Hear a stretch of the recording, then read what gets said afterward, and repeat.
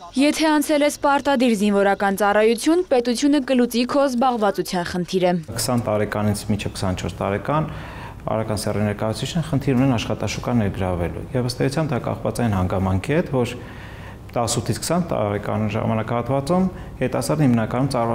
զինծառայություն է անցնում։ Ծրագիրը փորձնական կիրառվեց նախորդ տարի քառօրյա եւ 44-օրյա պատերազմների մասնակիցների համար։ Այս տարի շահառուների ցանկն ընդլայնվել է, կարող են մասնակցել նաեւ 2022-ի ռազմական գործողությունների մասնակիցներն ու 2020-ից հետո զորացրվածները։ Առանձնահատկությունը հետևել է գործատու եւ ապագա աշխատող իրար հետ հանդիպում են, համապատասխան գիտելիքի գնահատում արվում եւ եթե գործատուն ցանկություն է հատնում, որ տվյալ քաղաքացին անհրաժեշտ է որ որոշակի գիտելիքներ ձեռք բերի եւ նշելով որ կառույցում է ցանկանում գործատուն, որ անձը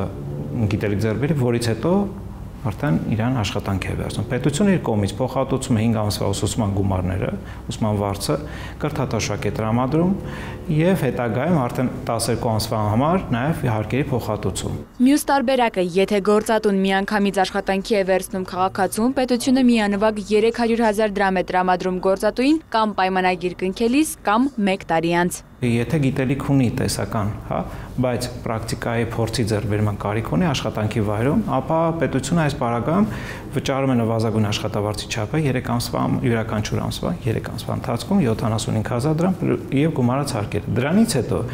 9 ամսվա ընթացքում պետությունը վճարում է հարկերի փոխհատուցում, կատարում է հարկերի փոխհատուցում մինչև 50,000 դրամ։ 3 տարբերակով էլ նախատեսված է առնվազն 1 տարվա աշխատանքային պայմանագրի կնքում։ Նպատակն այն է, որ ծրագրի բոլոր շահառուները ձեռք բերեն աշխատանքային առնվազն 1 տարվա փորձ, որից հետո իրենց համար աշխատանք գտնելը կհեշտանա։ Այս տարի արդեն 53 պայմանագիր են կնքել։ 17 հոգին դա 17 քաղաքացի դա ուսուցման մոդելով են ներգրավել ծրագրում, 4-ը պրակտիկայի եւ մնացած արդեն 32-ը արդեն միանվագի միջոցով անցել են աշխատանքի։ Աշնանն ավելի մեծ ակտիվություն են ակնկալում, այս տարի նախատեսել են առնվազն 500 շահառու ունենալ, կարող է ավելի շատ լինել, սահմանափակում չկա, պետությունը կֆինանսավորի, ծրագիրը շարունակվելու է նաև 2024-ին։ Ռոզա Խաչատրյան, Արման Թովմասյան, լուրեր։